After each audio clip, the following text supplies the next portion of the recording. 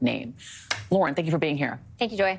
Welcome back to the show. One side or the other is going to win. It's not like we can split the difference. These are shocking comments. But before I get to how you reacted, how you internally reacted to them, I do want to just underscore that. How did you get into this event? I was a dues-paying member. I bought a ticket. Were you surprised? Because there's another part of your recording where you say, hey, I talked to you in 2022. But Alito kept talking. He didn't seem he seemed undeterred by the fact that you're someone he doesn't know personally, and he was willing to say a lot to you.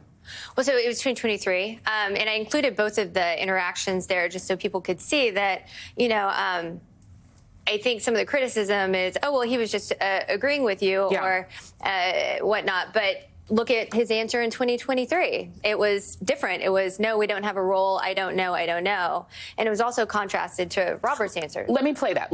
This is Justice Alito in 2023 also talking to you, Lauren Windsor, and talking about the media. Take a listen. Like, this was like the last bastion of, I think, like, public trust. And, like, how do we get back to that? I wish I knew. I don't know. It's easy to blame the media, but I do blame them because they do nothing but criticize us. And so they have really eroded trust in the court. I don't know. I really don't know. I mean, ordinary people, ordinary isn't the right word. American citizens in general need to work on this to try to heal this polarization because it's very dangerous. I do believe it's very dangerous. So he had a very different answer back then. Were you surprised at how candid he was about saying one side or the other is going to win? It's not like we can split the difference. He's essentially saying he's agreeing. Yes, we need to win this culture war. Yes, of course. I mean, when the first interaction happened, I was like, okay, well, it's very hard to get a justice, even lower level judges to talk about politics, anything that might imply politics, to give any sort of hint or signal as to what their own opinions may be. And so after that first interaction, I didn't publish it because it wasn't very newsworthy. Yeah. Interesting, but not newsworthy. But I felt like in the course of the last year, because that was before the spotlight was on him with ProPublica. Sure. So I felt like that grievance was more peaked over the past year with his own experience. And so I wanted to see if he had a different reaction. And he certainly did. Let's talk about Martha Ann.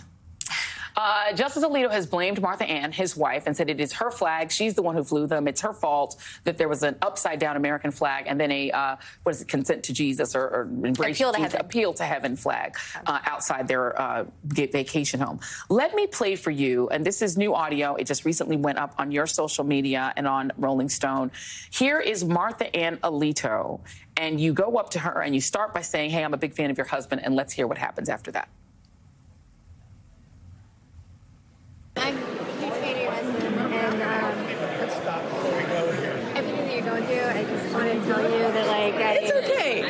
It's okay. It's not okay, though. It's not okay. It's okay. It's okay because if they come back to me, I'll get them. I'm going to be liberated, and I'm going to get them. What do you mean by Oh, well, there's a 5-year defamation statute of limitations. But I don't know what you mean by gay, like the media. Yeah. Oh, okay.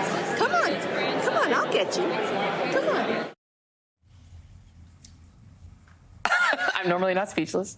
I'll get them. I'm going to get them. I'll be liberated, and I'm going to get them. She talks about a 5-year defamation statute of limitations. We know that there are conservative legal groups who would like to allow the media to be sued for defamation. Donald Trump talks about it all the time. Do you think that's what she was talking about?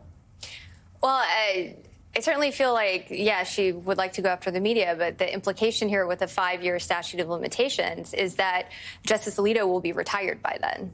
And he would only retire if there's a conservative. If Trump were in the White House again. Sure. So there's an assumption there that Trump wins the White House. And so that adds an additional layer of self-interest to all of these decisions that he's deciding, because he's thinking about impending retirement. Sure. Amongst other things. Yeah, I'm quite sure that the moment Donald Trump is inaugurated, they'll retire probably a day after that. There's another piece, and this one is even more bizarre, but I think also more relevant, since she is the one who Samuel Alito blamed for the various flags that flew both at their home and their vacation home. Here is Martha Ann Alito talking about flags. Take a listen. You know what I want? I want a Sacred Heart of Jesus flag because I have to look across the lagoon at the Pride flag for the next month. Exactly. And he's like, oh, please don't put up a flag. I said, I won't do it because I'm deferring to you. But when you are free of this nonsense, I'm putting it up and I'm going to send them a message every day. Maybe every week I'll be changing the flags. There'll be all kinds. I made a flag in my head. This is how I satisfy myself. I made a flag. It's white and it's yellow and orange flames around it. And in the middle is the word vergogna. Vergogna in Italian means shame. Vergogna. For those of you who did not hear that clearly, I'm just going to reread this to you because I think you need to understand what she said. This is Mrs. Samuel Alito. You know what I want? I want a Sacred Heart of Jesus flag because I have to look across the lagoon at the Pride flag for the next month. Then she says, oh, please don't put up a flag. He's like, she means Samuel Alito, oh, please don't put up a flag. And she said, I won't do it because I'm deferring to you. But when you are free of this nonsense, I'm putting it up and I'm going to send them a message every day. Maybe every week I'll be changing the flags. There'll be all kinds. I made a flag in my head. That's how I satisfy myself. I made a flag. It's white and it has yellow and orange flames around it. And in the middle of it is the word vergogna. Vergogna. And she emphasized that as an Italian word that means shame. What were your immediate thoughts after hearing that? Well, throughout this sort of rant, there was a lot of, just aggression and, against the media, getting even. And it felt like, another instance of getting even, shame.